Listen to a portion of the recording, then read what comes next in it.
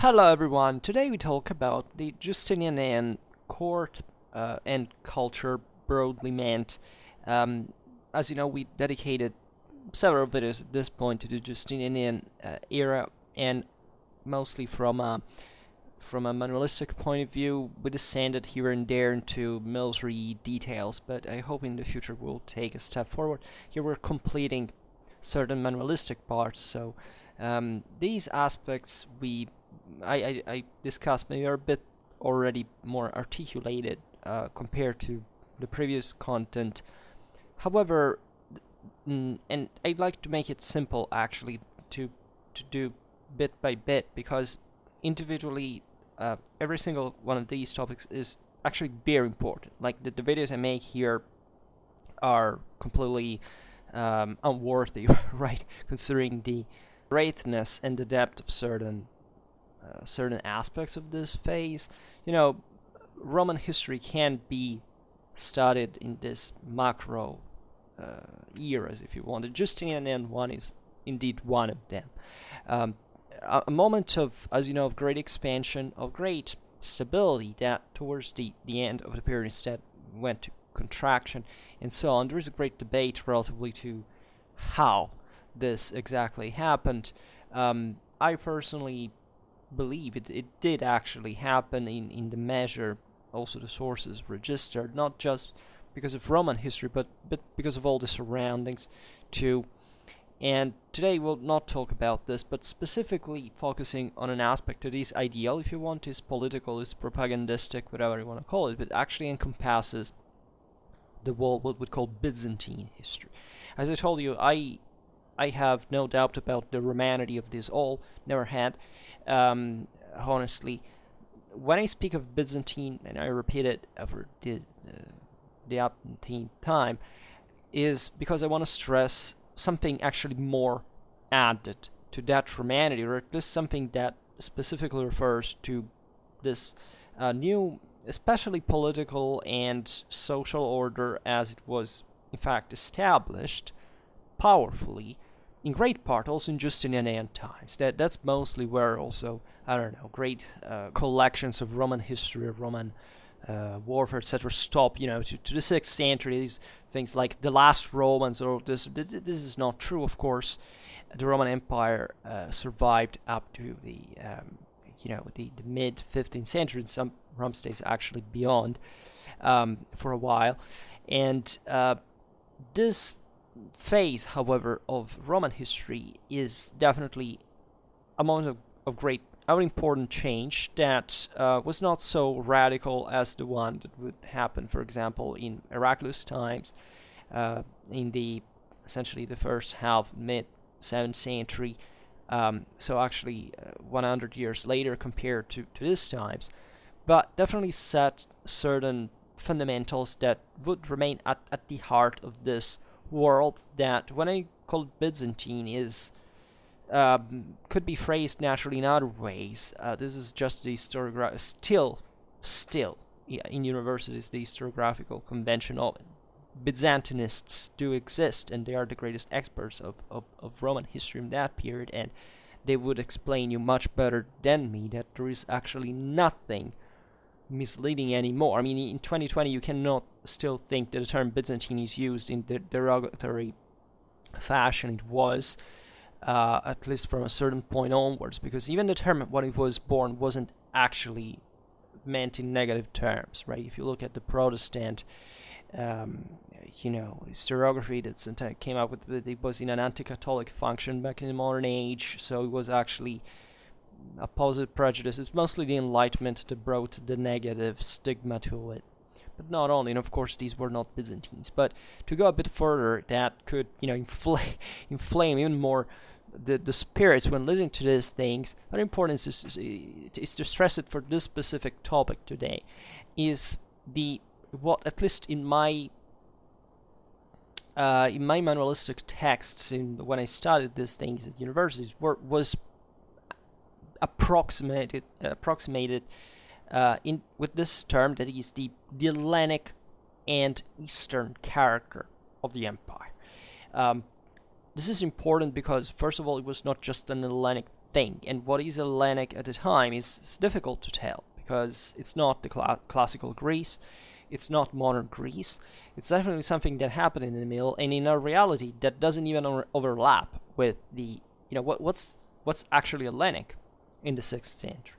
And also the Eastern component that here maybe is conceived also from maybe a Western-centric perspective, that is to say the Eastern meant even as, Eastern European, right, in a way, and Eastern Europe, even on these terminologies, actually, there's a lot of debate what Eastern Europe is, because the stigma of the Cold War is that everything was, from the socialist side was Eastern, and in this sense, not even Greece would be, actually. Today, we mostly stress the differences between Northern and Southern Europe, mostly for reasons that sometimes even forget the fact that there is an actual chunk of, that there is a much deeper divide between West and East still than from North and South.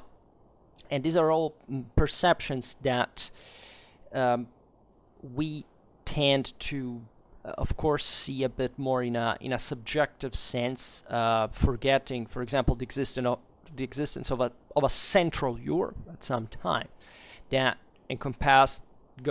goes across the narrowest concept of West and East in a way, and that discloses also to other historiographical problems of interpretation, like especially 20th century history, I would say, in a way that is what we still mostly feel for, in spite of the general neglect and mental broader historical issues in the 21st century culture worldwide, not just in the West.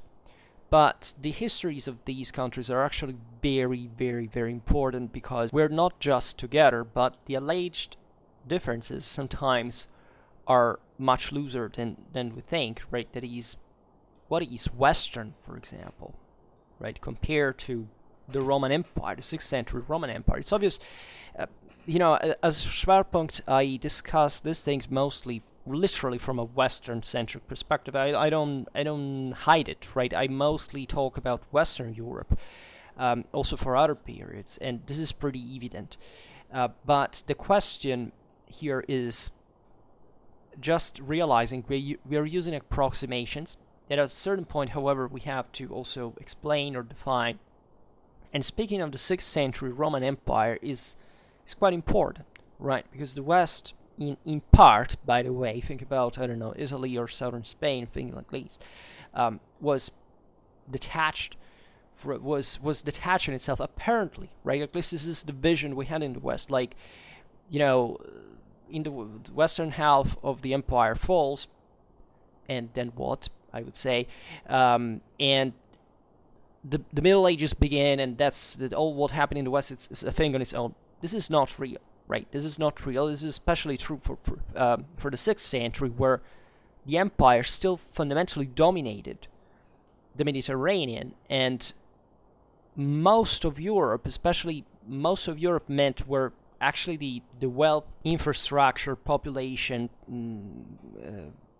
broader cultural development was concentrated, right, and remained. I just made a video against the concept of polarity, but indeed it's difficult not to picture, in a way, Constantinople as the center, as something very big that in fact was an ecumenic empire. And we made lots of videos on the Justinianean reconquest that we have actually to yet deepen on, because we never studied in detail the single battles, actually single campaigns even.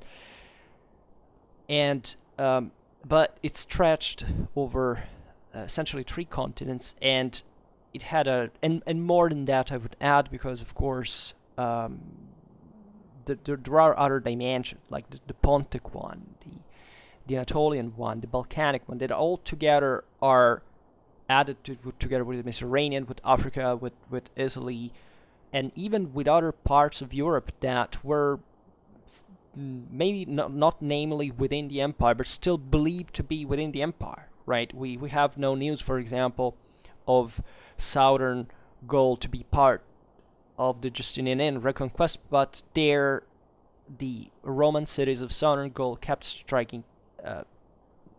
minting coins with, as if they were in the empire, with that specific, aside from the overwhelming Roman legacy they had, especially in that region, but as if nothing had changed. And objectively, nothing had, right? Or it hadn't, at least as far as the concept of universal empire was concerned. And as you know, we've made a lot of videos on the concept of universality, of the ecumenism of the empire. That is a very delicate, very fascinating, and I think one of the single most overlooked topics concerning, especially the migration era. This time where mostly the Western impression has been absorbed by the shock and trauma of the thing, but that was actually something very much more complex and much more homogeneous and somewhat much more continuous than we think in terms of what existed before. That's another deliberate, subjective decision to address certain issues in that way. That's why forgetting about the Roman Empire as such in this period is not a wise choice at all. Things, I give it, change, especially 100 years later. But as far as Justinian times are concerned, we can not really talk about the break of that unity, right? The Mediterranean was the civilization. The Mediterranean was still a Roman lake. The empire at this point, and the only reason why actually the Justinianean reconquest, was possible, feasible, was this renewed telescopic power of the empire. It is also very overlooked altogether, because we concentrate mostly on the land armies, but actually what the Byzantines managed to do in the previous times, as far as naval capability, naval production, the creation of a fleet is indeed extremely important. The world gravitated around that, right? The world, as far as our Eurasian perspective is concerned, but in this sense, it's this major center. Of course, the empire was not, in relative terms, compared to other polities, as strong as before. Think about the Sassanid Persians that at this point are not the Parthians of the early days that objectively were just scratching the Roman Empire in the early imperial times. There's something very different. The empire itself, after the fall of the West, is like a half of it, and not even Justinian reconquest is capable of bringing all the previous Roman-held lands under control. We talked also of a specific Atlantic perspective of the Justinianean reconquest that is also very overlooked, simply because it seems geographically that this thing remained within just the Mediterranean, but it's not like that, and never be tricked by geopolitical perspectives. What the empire was aiming at, especially as far as the western provinces were concerned, was also stemming the Merovingian power that, albeit was allied with Constantinople, shared orthodoxy with them in an anti-Arian function and all these things, still was a threat, right? And it would be, right? Eventually, with the crisis of the empire, there are basically Longobards in the middle, but by the 8th century, with the revival of Europe and the Mediterranean, it's the Franks and the Byzantines that will struggle into the same Italy at that point, where the Longobards had not been knocked out. So there is still the deep sense of an ecumenic dimension that was pursued not just by the empire, but also by other powers, and we have seen this quite clearly, especially as far as the Merovingians, and in part also the Visigoths were concerned. And we made lots of videos about this.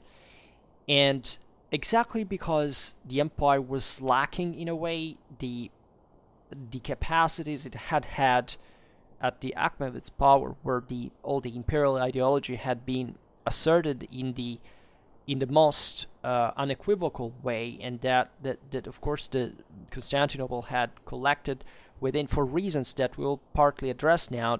Maybe not actually, because we'll not talk about ecclesiological matters. But as you know, actually, Papal Rome was already something different from Constantinople. It was within the Roman Empire, yet, but Constantinople had emerged now as a center of power that was claiming a certain legacy that historically it had not had. Right, its creation, it was largely artificial. As far as you think about the metropolitic seats, think about all the attempts at bringing all the relics, the tombs of the apostles, also creating this centrality of the imperial figure where Constantine had himself buried at the time, and concentrating through any mean of political and, in fact, propagandistic, ideological matter, the universality and the uniqueness, the singularity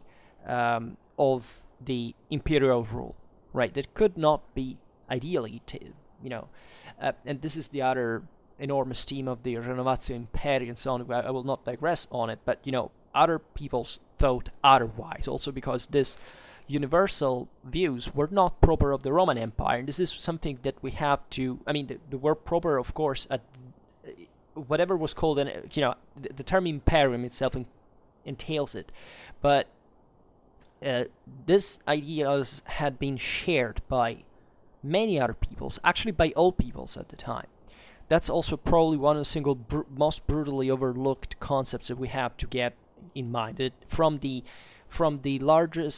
ecumenic empire to the smallest tribe at the fringe of the earth, all of these peoples were uniquely obsessed, devoted, and unavoidably oriented towards the conquest of the world. Right, a small tribe maybe didn't even have the reason to think it like that. But as far as their neighbors were concerned, that was exactly on a smaller scale the same thing. Exterminate, enslave, rape, whatever.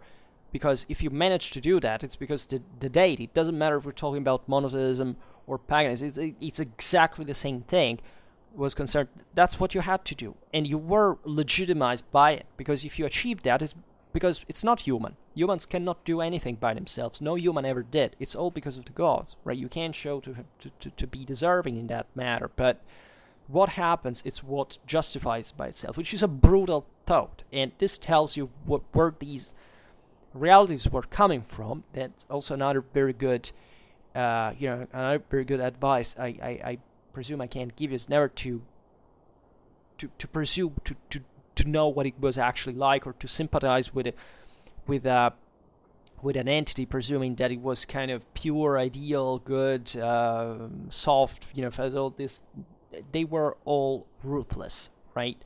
The greatest powers, the smallest powers, possibly the smallest powers even more, because they are much more ferocious for the same need that they had the struggle of survival. The ecumenic empires can produce civilization and a big deal of things in the meanwhile over the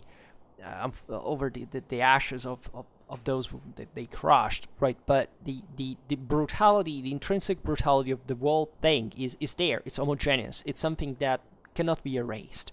Naturally, here Christianity, other philosophies as well, were helping the history of thought to objectively create a different type of sensitivity based on a dual, a realization that there is an earthly dimension and a heavenly one, that there is an individual responsibility and a conscience, which something in pagan world that didn't quite exist. I mean, freedom of conscience didn't quite exist as such, right? You had to do it because the community basically imposed you the thing. If you didn't do it, you were out, or even if you made it out on your own, you were still basically contracting it with whichever god. You didn't have, whatever you thought inwardly didn't make it much of a difference. Now, the thing is brought in another step by monotheism, and specifically Christianity, or the Judeo-Christian tradition, if you prefer. At some levels, even this, I don't know, some of you complain because of it, but that's how I see it, at least. All these introduction for saying what? For saying how how different in terms of moral standards this world reality is, but not on the little things like everyday life. That surely was conditioned by all of this, but thinking about at the larger scale, when you think of these greater polities, what they actually mean by themselves, right?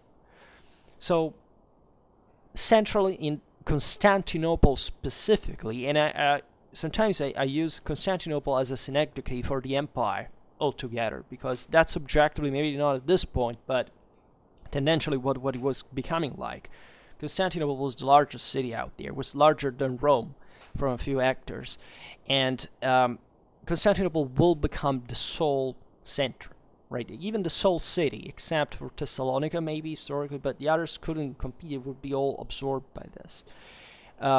Here, Justinian times, there was still a polycentric, there were many important cities. We'll see it later, even with important centers of culture that dated back to Hellenistic times and beyond.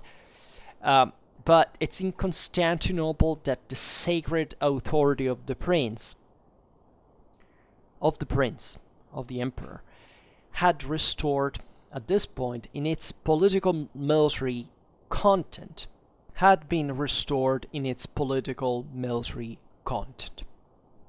right? As far as the empire was split into administrative divisions, objectively, there was a balance that was kept. It was a fundamental unity of intents. We can't think... Yeah, there were deep cultural divides at many levels that we also discussed, but the empire was one, right? There was not great attrition. There were problems at some point when, I don't know, they kicked the Goths against one another to increase, but that was another period. It lasted relatively briefly. But with the fall of the West and actually the reconquest of it, or part of it if you prefer, but even in here, let's consider that the West, what the Byzantines reconquered in Justinian times was exactly what the structurally the most Romanized, urbanized, as we've seen, developed and populated, literate, economically thriving centers of Europe actually were, and that's what they wanted, right? If you wonder why they stopped there, actually the only shortcoming was probably southern Gaul, as we were saying before, that they probably wanted to conquer, but with the plague and everything, they didn't manage to extend, and that was an important structural limit, because also the Rhone Valley was a hell of an important strategic asset. Eventually it would fall into also the Merovingians actually fell in terms of political unity, but in fact that's the broader crisis that strikes everywhere at that point. So that we can't be even so harsh or saying things like, since they should have thought of a pandemic, they should have not made the reconquest. What kind of reasoning is that? First of all, look at what we still do now, as far as pandemics are concerned, and are you better than a 6th century Roman emperor just to rule that empire? Because in case, just let me know. You have a hell of a curriculum, and you surely deserve to put that experience as the service of science. But the question is, here there was probably a restoration of the political and military centrality of an empire in an ecumenic sense, right? It lasted for a few times, I give you that, or at least it contracted, but the centrality of it, and this within the same Byzantine world, was dramatically evident, but it was evident also way beyond, and this would remain for a hell of a long time, more far in time and place than you can imagine. 10th century Anglo-Saxon kings styling themselves not like imperator but as basileus. Think about it. Well, that tells you how impacting this reality really was. And as we were saying before, I think we could give this definition of a center of essentially Hellenic Eastern character, right? That would remain as such for essentially another millennium. So the prince. So think about, first of all, how long it lasted, right? You can't think that in comparison, the Roman Empire didn't last as such in the same. I mean, if you want to draw a difference between the Byzantines and the previous Roman Empire, it didn't last like that. I mean, yes, the papacy definitely inherited a lot of that imperial symbol. Rome remained unavoidably. Throughout all this, Rome was the capital, and nobody ever thought otherwise. But because it couldn't be otherwise, it was a sacral reason, right? And nobody, what does a 6th century Roman emperor does? He reconquers Rome, and that's what Justinian did. And there is no other, in my opinion, they did pretty well, and there's so many points of view in there, but there wouldn't even be any other political, strategical but or if, right? You are a Roman emperor, you reconquer Rome. There is no other way you can even presume to think it like. And believe me, that's not an idealization. That's realpolitik, because the prestige that arrived in that world to reconquer Rome was something that conferred an enormous amount of power. And as we were saying before, it's exactly where there is a shortcoming of more the more practical material side of the story, that actually politics reinforces the ideological means, because as long as you're the early empire, you objectively rule the world. There's nobody out there that challenges it, so you're not so upset about defining who you are, right? And in Byzantine history, this is something instead that comes back on the fore. Naturally, for still in the in Constantinian times surely, but even in Justinianean times, nobody would think that there had actually been a crisis. This is not a time of perceived crisis. Not even the pandemic at the beginning might have been perceived in all its disastrous consequences. Could be an interesting reading of also our current situation with all the divides, of course, with all the differences. But so think about the fact that if you are, a guy living in Patara or in Egypt or whatever, nothing had changed. Like, the empire had always been there as from centuries and centuries. That was this broader Romano-Hellenistic cultural reality, mostly Hellenistic actually, in the Eastern Mediterranean, and that was it. There was no other thinking, albeit. And this is where also you could read the Islamic invasions like it. There was a continuity even in there, at least in the let's say in the mental frames, in the sense of what could change and why. But that's a completely different topic that, as we were saying, it's 100 years later. Let's not touch it. Made a bit, there is the medieval Islam playlist that tells about that, and I will not be repeating myself.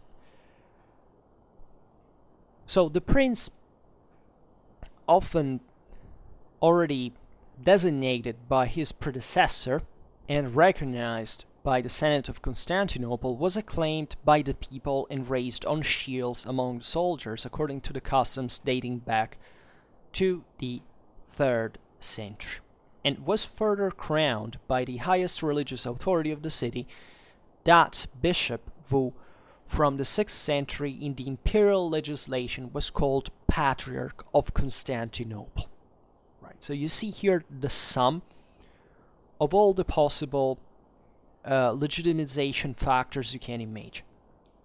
So first of all, there is the political institutional identity of the prince proper, right? You can call it emperor, of course, but still, in the Roman Empire, this of course the idea of the princeps, as Augustus had brought it at least on an institutional level on the fore and sanctioned it, had always passed through this ambiguity for which there couldn't be properly a dynastic succession system, because the empire belonged to whom God entrusted him to, right? So for the reasons we were saying before, you're strong enough, then God wanted that. That's justification. That's also the same reason why a Charlemagne could come up with that together with the papacy, for whatever reasons, because they held a freaking power for real, concretely, was no idea. But definitely, dynastization over the centuries had become a concrete thing. Here we're talking probably of a Justinianean dynasty that rules for a consistent amount of time. It functioned like with the designation by his predecessor, and eventually the Senate of Constantinople, that technically had to be a same of the Roman one in practice, and as it was, I mean, even here the Senate is something you can shift in a way, because it's not just the sacrality of the place ipso facto makes the thing, but rather the unity of the empire, that is the actual military religious principle that legitimized this all. Of course, the Constantinopolitan Senate, can call it at this time still, well, maybe not at this time, but in previous centuries, the Constantinian Senate, properly, because Augustus had created, something that worked for 300 years. Also, Constantine did something pretty similar. In that institution had been created specifically to actually get rid of the senatorial influence. I mean, Constantine, one of the reasons refounds Byzantium is that he wants to get rid of the Roman senators that are pretty influent and interfering with his own policy. He, coming from also very different context, the Danubian area, producing all these generals and emperors in that are just by extraction very different from the Italic, the Gallic, the African aristocracies that are so important at that point.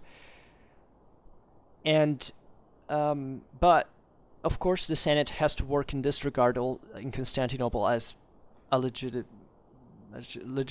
authority that can counter also the Roman one, ideally, albeit there was no such. And the two Senates were, the one of Rome and one of Constantinople, were very different, but very different. And Rome still had, by the way, yeah, it didn't actually disappear. It's just after the Gothic War that it's mostly, that had always been a Senate. It would always remain, actually, but it's mostly the papacy there that kind of takes over. Also, just at that political administrative level. The acclamation by the people, Senatus Populusque Romanus, or of the Romanorum, of the Romans, which was the deal because the Roman people was thought to be the chosen one, right? The ones to which all together, in a what we could call very, very, remotely in a democratic sense, but pertaining to these people that as freemen had won, as fighters, as the Imperium, right? There was not just one of the Senate of the aristocrats of the ancient feudal families of Rome back in the early Republic, but to the people all together, right, conferred the Imperium. This is interesting because it's actually the same in the ritual, the ceremonial of the crowning of the Holy Roman Emperor in Rome. Like, it's not just the Pope crowning the guy, but actually the Roman people, and specifically at that point in the Middle Ages, the actual aristocracy of the city of Rome that had to formally acclaim the guy as well, because it had to be recognized as such. So I think even in the centuries, how deeply this prerogative was felt, and how meaningful it was from a political institutional confirmation. Also, the military aspect, the more strictly military aspect. At this time, naturally, the Roman people, is not a people in arms anymore, like ideally had to be, but it was something very different. We talked about the Justinian army at some point, but here was this use that was motivated also from Central European and Germanic, but also other people's usages of raising the guy on the shields among the soldiers to actually claim him to be the leader. So actually the empire holder, and coming close to the skies, that's the symbology of it. That had begun to be a thing, in fact, on the Danube and beyond, actually a bit across all the thing, but it hadn't pertained to the older Roman tradition. I mean, it was basically a barbarian influence from dating to the 3rd century AD. Then the religious factor. That is surely all together in this, but with naturally the Christian Roman Empire finds a full formalization through the highest religious authority at that point of Constantinople, that, as we were saying before, had basically self-created its own diocese as a metropolitic seat, which objectively was something. It was an exception compared to the others of Rome, of Jerusalem, of Antioch, of Alexandria. Because from the 6th century, it was the same imperial legislation, so the Sagunum, that had called the Constantinopolitan bishop patriarch. And thinking about just Orthodox Christianity, how that is important. Well, this passed through also the deep connection that existed naturally between the and actually the control that the lay authority had on the church in Constantinople, very differently from how it would eventually happen in the Holy Roman Empire, which in fact was considered by the Byzantines pretty damn strange in the first place, albeit it should be also stressed that the Patriarch of Constantinople always had its own autonomy, and there were times, historically speaking, in which it would kind of even try to get out of of the control of the emperor, never managing it though, because properly the political institutional system had been created by Constantine and reinforced throughout this centuries, and Justinian had its own share in this, as well, as we were saying before, had managed to literally control everything. And it's the autocratic nature of this empire that is reinforced, in fact, in this very century.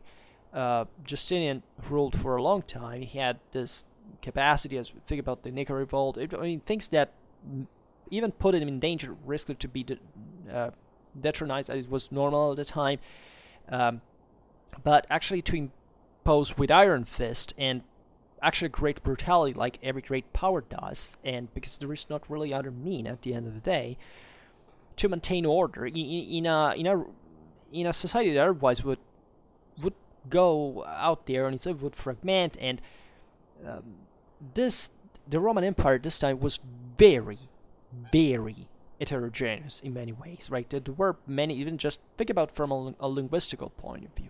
There are so many important cultural areas, different peoples, different territories.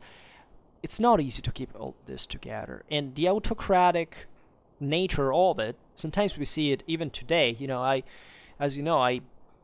have a fully, I hope, unwavering democratic principles. But when you have to explain historically why certain autocracies or wars emerge in certain places, you gotta give that.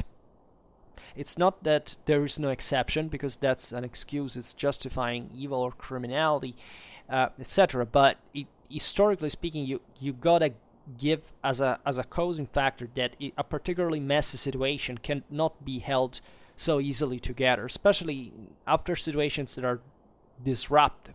Right, iron fist is unfortunately needed to maintain sometimes stability in situations that, if they were let out on their own, they would let be on their own, but would destroy themselves in that few that there were. And in fact, telling the truth, even the same Byzantine history shows this pretty well at different levels in many times of its history. Do not think that political or social entities, unities, are such just because, they have always existed, or that people has always been that people. There is that kind of national unity. Everything can collapse at every freaking damn second.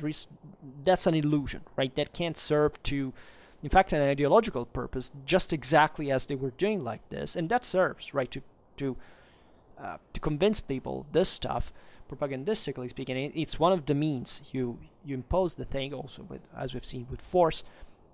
But that happens at the same time because it's not actually meant to work like that without that force, and it's always this ferocious struggle that existed in here as well, right? This was not harmonious reality.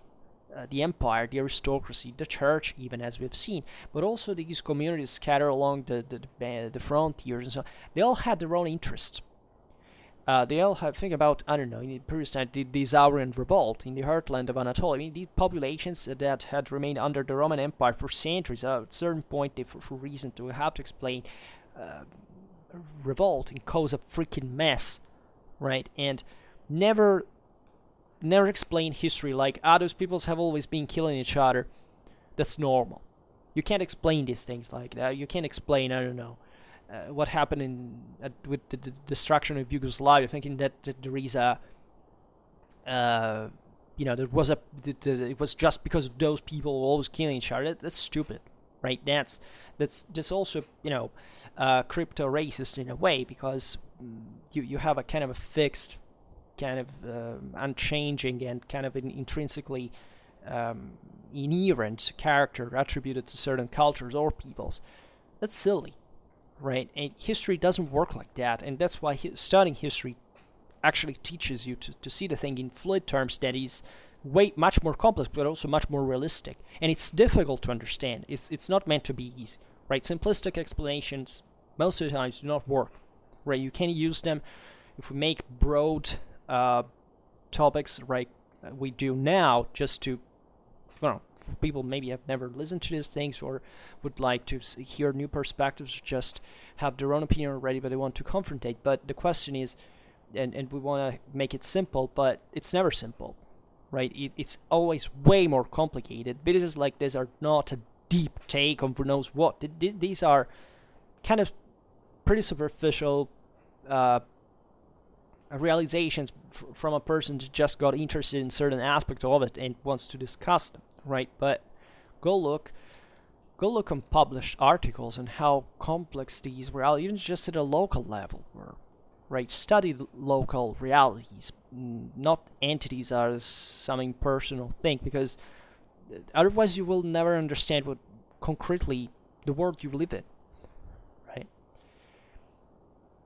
So there is another aspect that's very important here, are the complex rights that the Roman emperor created in the consciousness of his contemporaries, being prolonged throughout Justinian's reign in a liturgical ceremonial that was enriched with elements taken from the customs of the Persian court of the Sassanids, that, as you know, was this Iranian dynasty of the 3rd to 7th centuries.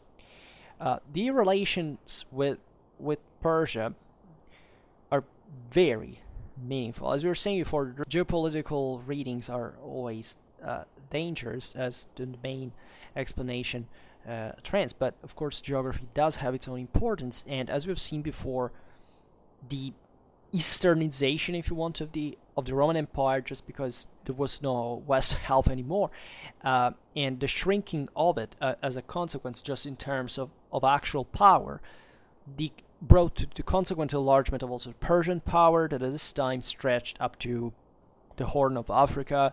It was encompassing some of the most important. Think about, the greatest struggle between the two was fundamentally based on the control of the Silk Road, of all its branches, the Caspian one, the Caucasian one, the Arabian one, the Red Sea one, and that's where all they were conflicting. Like, the Sassanid Empire is freaking huge, and it stands in fact in the way with China, with Rome and China always try to get along.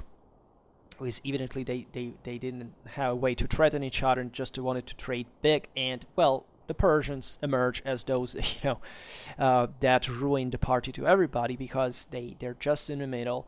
They do not have much of a, as we've seen, a manpower or such a florid, dramatically populated and rich areas like the Mediterranean or China could be. Albeit Persia has seized Mesopotamia, which actually was instead for millennia very important as you know, one of the most advanced areas in the world, uh, dramatically fertile and populated, and that's where the Sassanids, specifically as a dynasty, don't match the Persians altogether. So outside of the Iranian plateau, that's what I mean, had began to, and especially in the 6th century, in parallel to Justinian times, strengthen up kind of a centralized bureaucratic system, and surely being influenced in turn by the Romans themselves, right?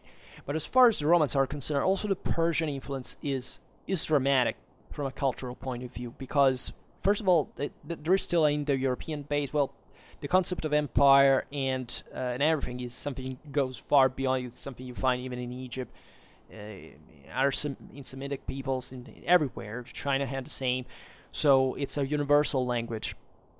But definitely there were important points in common between, not just between Persia and Rome, but also of the same peoples that fundamentally gravitated around them. Think about the steppes. I don't know. The Romans had been attacked by the Black Huns, the Sassanids by the White Huns. They bordered with each other, of course, and they shared so much, just philosophies, cultures, even religion. There were lots of Christians for example, in Persia at that point. And others were, eventually would be diasporas and other things because of persecutions. But altogether, we're talking about centers of culture, very important historically since millennia, that have a lot in common way before the Sassanids or even Rome. And the Sassanids are even more probably ideologicized, as far as especially the Aryan,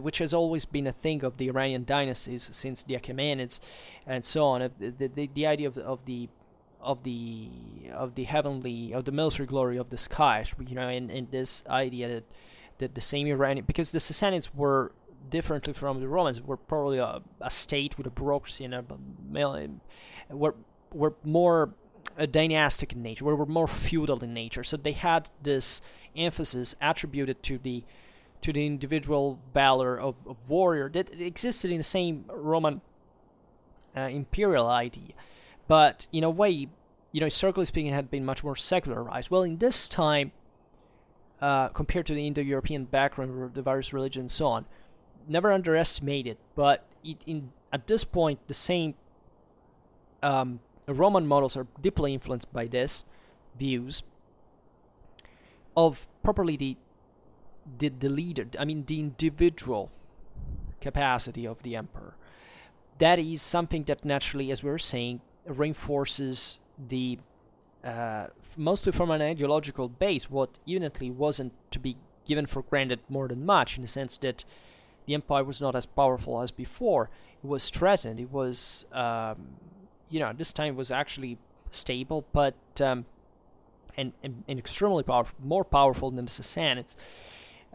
Still, but at the same time, there were other competitors, to make it long story short, and in front of these competitors, reinforcing the autocracy of the emperor and his personal value and capacity and sacral aura was of dramatic importance, and it is to be found all over also Byzantine art and symbologies and so on.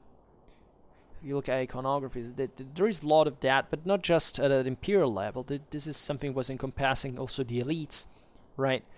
And Persian influence has a deep importance, especially for the ceremonial palace of Constantinople, a ceremonial that, in the splendor of the audiences held in properly the sacred palace, because it was called like that, Constantinople, or also in the festive grandeur of the Hippodrome, right, of Constantinople, was still functioning, was one of the main attractions, and also a lot of politics gravitated. Think about the Greens and the Blues, where also the Nika revolt actually broke out, and Theodora and Justine made a bath blood to get rid of the problem, together with, actually thanks also to Belisarius, that is how he gained so much prestige at the time, celebrated the earthly omnipotence of the prince. Right, he was the guy that allowed this to happen. suggesting to the officials of state and to his subjects through attitudes and formulas, in the imposed silences, for example, and in the hymns and rhythmic clamors, the sensitive signs of the religious veneration due to his person. Right, a veneration that also was extended to the images of the prince, widely placed even in churches. Think about the imago imperatoris, right, among the icons of the saints. This is something that, think about the iconoclasm, that is also something we'll have to get back on at some point. But think at how, deep this visual, these are the media of those times, right? This is how they control the people, they influence their choices, they admonish, they threaten them even, right? But never underestimate, in this world it was so different from ours, they so aseptic and sterilized in many ways, what even sounds were about. I mean, the imposed silences. This is something that had a deep religious meaning. It had to reflect the perpetua sanctio that is to be found also in the Codex, which we'll speak in a while, and of the ritual. They had to celebrate to represent the perfection of the heavens on earth, which the emperor had to be the hypostasis, right, properly in as a figure, right? And this was a very sacrificed life for the same emperors themselves, actually, because they couldn't do whatever the hell they liked at all. And also the hymns, the rhythmic clamors, this very mass ceremonies, celebrations. This is pretty similar to, even think about what dictatorships really did. I mean, these are broader means you do use to engage the masses, to make them, to give them something to believe, to delude themselves with, right? Think about the misery of a 6th century reality, whatever it was, right? There is no comparison with our life. Constantinople was a huge city. It was full a bit of people of all conditions, but mostly poor people. But it was said that even just in theological matters, everybody had an opinion, because it was basically a political thing, right? It was, and there is still this political dynamism. The masses are not easy to control. The masses had to be fed, for example, to be kept happy. Administrating Constantinople is difficult, and it requires entire provinces that bring food to them, mostly from Egypt.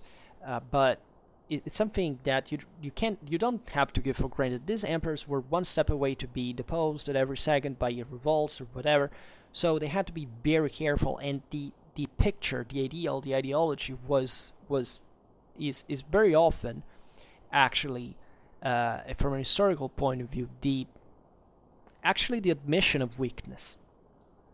Think about this, that it's exactly where, when you want to trick someone to believe something, that you don't have the immediacy of convincing them otherwise.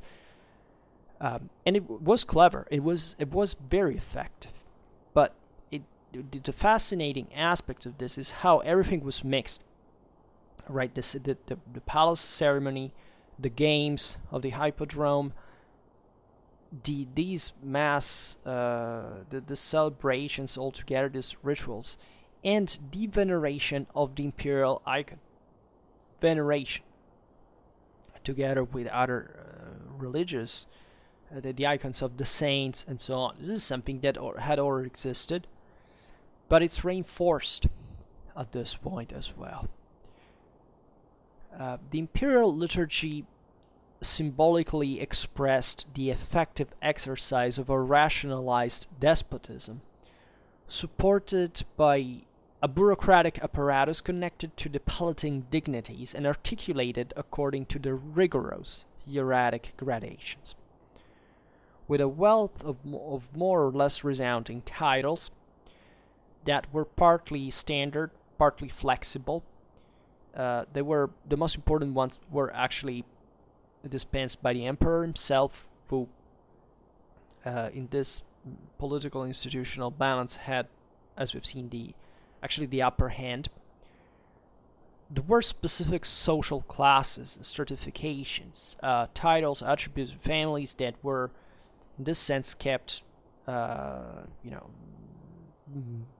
to altogether maintain this political equilibrium in the way they were risen or downgraded in a way. It was much less of the latter, but falling out of favor could happen in other ways, but they would still assume certain specific titles and qualities that eventually would, think about the crisis of the 7th century, the 8th century, well, they would eventually disappear. There are many titles of the Byzantine court that, as you know, changed meaning and attached functions and importance, historically speaking. I mean, certain things that had been born with a certain name that was, an evident, civilian. I mean, there was also a lot of mix between civilian and military functions at a point, because in the meanwhile, a lot of things were privatizing, right? Especially with the starting of the crisis, but already in Justinian times, think about in the army, the bucellari troops provided by these magnates that basically were out there on providing their own private means, aside from the general levy that had theoretically to encompass all the population. So it was a very complex system, as very, very built, very articulated, and not so homogeneous. If you ever studied Justinian army, especially, that gives you a pretty good idea of how mixed the whole thing was, right? How the cadres, in spite of the existence, of course, of an imperial army, mobile army, things were made up a little bit at the moment, also according to the contingency, and everything was brought together what could make would be employed. But coming back to the civilian side, administration, the innumerable offices among which the administration of the empire was distributed in the center as well as in the periphery were accessed only by those who had a good literary and juridical preparation, and precisely to guarantee it in the first place to its officials, the imperial government reorganized several times in Constantinople during the Byzantine millennium the university founded by Constantine himself in 330, with the teachings of grammar, rhetoric, philosophy, law, held up to the entire 7th century in Greek and Latin, which still remained the official language of the empire, the latter being at the time, in simultaneous homage to the idea of the empire and the Hellenistic cultural tradition. Right. This is important because, as we were saying before, the Senate was actually filled by these two types of people. One were these noblemen, these aristocrats, these appointees, people. These noblemen fundamentally that would be appointed by the emperor because of their status, of their weight in society, and so on. And that's also who was, trying to be kept happy by imperial authority, but also to contain and weigh, to content and contain. Then there was a meritocratic path that also had been, as we have seen in the previous videos, created by Constantine himself. It was very different from what happened in the West, for example, for which to the Senate could access also people coming from, it's not that they were the poorest people, but they came from middle classes. They were humble, but that through objectively this kind of education that included the Greek classics, this also important literacy, studying grammar, rhetoric, philosophy, law. This was all aimed at giving what eventually became as a sort of standard pack of information. It was a bit all condensed because this could not be all literates of court, but they had to have this average, let's say, this good, right? Not excessive, like as a as an italic center would just be bred into all the possible Latin literature. No, this was something mostly oriented for the practical sake of administration. These people were humble, but they had to be smart and to work in that field. And there were new people, right? They didn't belong to the elite, but they would become elite because those who made it to the top of the hierarchy that did exist was very rigid in bureaucracy and administration, but could reach to the top and even be co-opted by the emperor in the Senate. And the thing was more fluid than it sounds, because of course the emperor decided, whatever he wanted in these mechanisms at some point. That provided a new element in the Senate that could therefore change over time. They wouldn't make stagnate. The same people would become the same families at the end of the day, would remain too powerful. This was a way to change, to recycle, to rotate, to renovate the political system, and to the benefit of central authority. That would instead remain always the same, except, of course, the various revolts, the transitions and so on, as they would happen. And this system was functioning pretty well in Justinian times, right? Eventually things got a bit messed up because of the various civil wars and so on, but at this time, you see this big thing working well for those time standards. Right.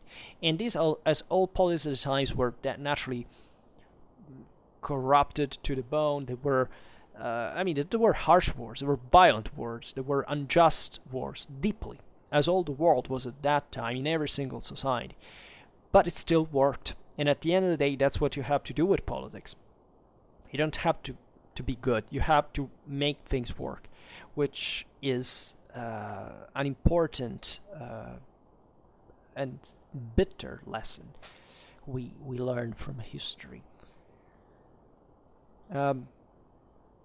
These centers of cultures also were very important because this wasn't just for the bureaucracy, it was also for whoever wanted to get schooled and educated, and naturally the provincial elites also were also the ones that would provide these people for the bureaucracy, etc. But they had various types of promotion, and these surely were very important centers of culture that in the East had mostly, as we've seen, an Hellenistic tradition. They were mostly Greek-speaking centers. As we've seen, Latin was still at this point the official language of the empire, which remained basically up to the 7th century, who was Greek that supplanted it. But also a heavily Latinized Greek, especially as the administration remained because think about all the codes, all the texts, Latin had a dramatic influence in here. In fact, that's basically the field in which the juridical one in which Latin would remain the most important influence, whereas culturally, politically, artistically, literally, it's Greek that takes over, and naturally Christianity as far as religion was in other aspects were concerned. And this was all blended. This is essentially what we call Byzantine really means, because it's not just Roman in the sense we could just the identitary sense in which this had transformed but it's something richer, if you want, and more syncretic. And these important centers of culture, as we were saying, in the Eastern Mediterranean, were this seat of Hellenistic cultural tradition. Think about the Museum of Alexandria, right? That had been created by the Macedonian dynasty of the Ptolemies of Egypt, and which had given the example of a high-level public teaching, right? Which was never so open as it sounds. Don't think that actually the Hellenistic world, as far as from an intellectual point of view, was more developed than the Latin one. But actually, in the West, more people actually accessed education than the East had done. Right? These were very high institutions that were attended. Actually during the 6th century, maybe towards the late Empire in general, even the Hellenistic world had slightly fluidified, but it was still a very, the original mechanism had remained somewhat high level, somewhat elitistic, somewhat exclusive, right? And there was naturally a literary and scientific production attached. Naturally, at this time, you think about technology or science, you have to think that, it's all of these researches were 95% philological, right? Science didn't gallop like from the from the modern age onward, from the scientific revolution from the 18th century rates. These were worlds that simply didn't have much of a scientific potential by themselves. I mean, they worked well the way they did, and of course there were important improvements, especially the 6th century, so important reorganizations, also because resources were not many, right? Just look at how, I don't know, the imperial army had to fight in places like Italy during the Gothic War. What was the actual material wealth? 6th century was, as we've seen, was contracting pretty brutally, and therefore that's what, because of shortage of resources, you actually find new technological solutions that we'll talk about at some point, especially as far as the Roman army was concerned at this point. Outside Constantinople was also the school of Beirut, that was famously of particular importance for legal studies between the 5th and the 6th century, from which also some of the major collaborators of Justinian came to Constantinople for his legislative work. Justinian, as you know, ruled from 527 to 565, and from the first years of his reign, the official codification of Roman laws was resumed, begun 100 years earlier by Theodosius II. So much, in fact, that the Justinian code is fundamentally a production, it's a continuation of the thing, a fulfilling, I would say. It was accompanied under the direction of the minister and jurist Tribonian by the great compilation of the Digest, the Pandectae, and a systematic collection of the opinions expressed by the most diverse issues of public law and private law in the writings of jurists who established themselves in the previous centuries. This is, aside from this was an enormous work from a philological point of view. Here there are all specific juridical categories, institutions. It was a masterpiece that we studied that in the Middle Ages, the recovery of Roman law, how important that was for medieval modern Europe and beyond.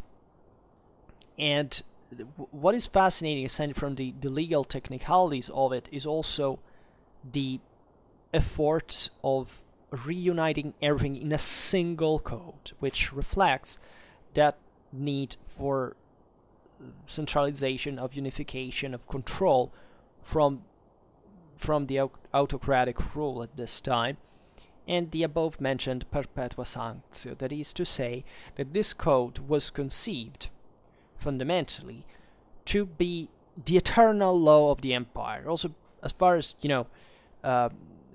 were just talking about the technological potentials, how we moderns always think of how societies have to evolve, right?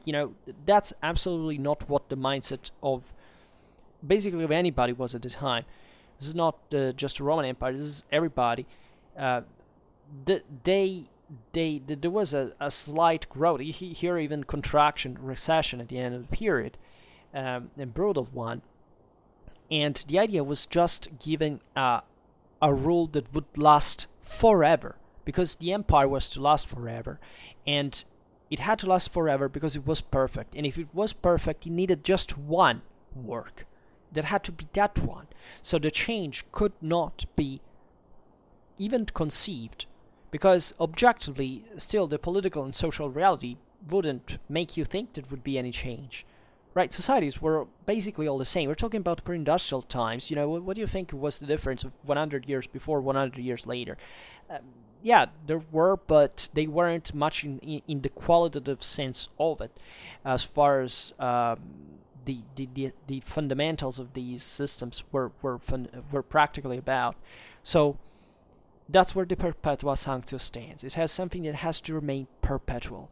And it's fascinating because here, the same value of the word acquires a sacral nature. And even the same value of books of the code. When codes were represented, if you studied paleography or codicology, they show you this iconographically speaking, very often in this period, because it's also documented, how books, like even the Bible, but also the code here, were depicted in, think about this beautiful Byzantine mosaics or Ravenna or etc., closed on a beautiful pedestal with this, engraved with this all these precious stones stuck into them, beautiful pieces, object of art. They costed a freaking lot. A manuscript was a fortune, right? It's something incredible how much it could cost from a material point of view. But while in previous centuries books were represented, manuscripts were represented as open, now they were represented as closed, because what matters is that everybody knows that within that it's contained the truth, actually. Just like in the Bible specifically, but also as we've seen in this broader hypothesis that the empire, as far as also its juridical production was concerned, the gestures of the emperor, the rituals, the sacred palace, everything had to be perfect, but especially it had to be closed. That there is to say, there is, this is deep, that there is an internal value that only God, and actually the emperor as a medium, has the blessing of knowing, with all the responsibilities that derive from it. The rest of the people do not have to inquire that. And it's not that the rest of the people, like historically, were just a bunch of sheep that remained there and doing whatever emperors did. As we've seen, they actually even rebelled. They were pretty violent. They didn't give a damn about all this. But objectively, from a socio-economical point of view, these classes were sinking, right? Or at least they were ever more framed under this autocratic, despotic rule that, as we were saying before, even at the time was the normality, and it was pretty damn effective in producing this whole set of images, of messages, of even of emotions, because that's what the whole thing had to give, and to amaze just with the display of the early omnipotence that was displayed through wealth, through these precious stones, through these colors, this magnificence, right? And even individuals were portrayed in a very precise way in all this imperial hierarchy and so on. While the common people, like the average Thracian peasant, right, that lived maybe just a few tens of kilometers from Constantinople, was, of course, they could not reach anymore, because they were done for. They were under their own lords. They would stay there. That was their life. And that's, if you want, the Middle Ages. Even if I don't like this concept at all, because it's not that in fact this didn't exist in previous times. It had basically always been like this. But in a way, there was an enclosing, right? There was a crisis. There was a shrinking, and this was felt by the middle classes, right? Usually when crises happen, and unfortunately it's where the middle classes suffer, and that's exactly the period we're living right now.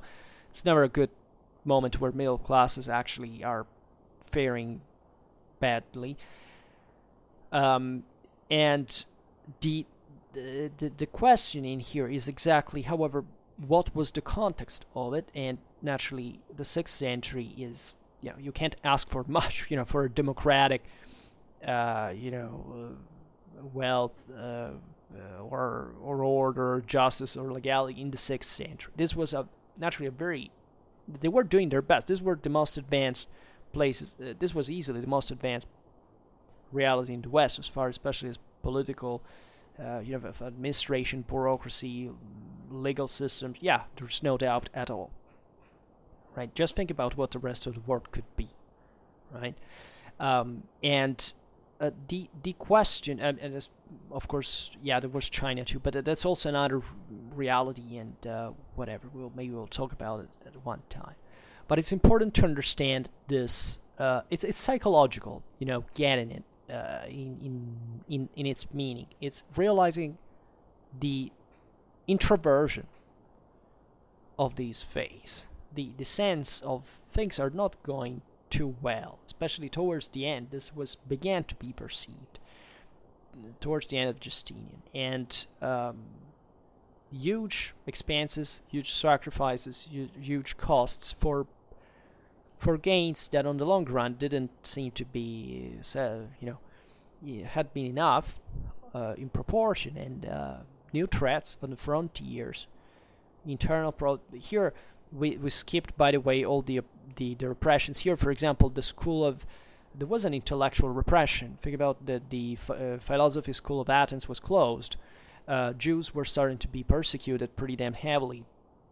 There were pretty ugly things happening, but once again, also at this time, there was a specific need, right? It all fit into this broader, brutal, ruthless necessity of keeping the thing together and controlling, right?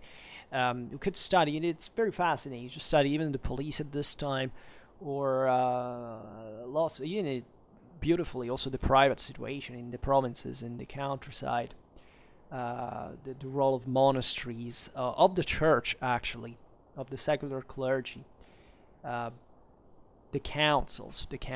But as we were saying today, this is just today's video is just about this specific, these two specific aspects, essentially, of the sacrality of the imperial rule and of this broader cultural fitting of the same in the system. But we will talk naturally about these topics, and the Justinianean era is very fascinating on other occasions, because it's definitely worth it. Alright, so for today we stop it here. I just hope that you enjoyed this video. If you did, please share it, otherwise leave a like or subscribe to my channel if you're interested in my upcoming content. And for now, I thank you heartily for listening to me. I wish you a nice time, and see you next time. Bye.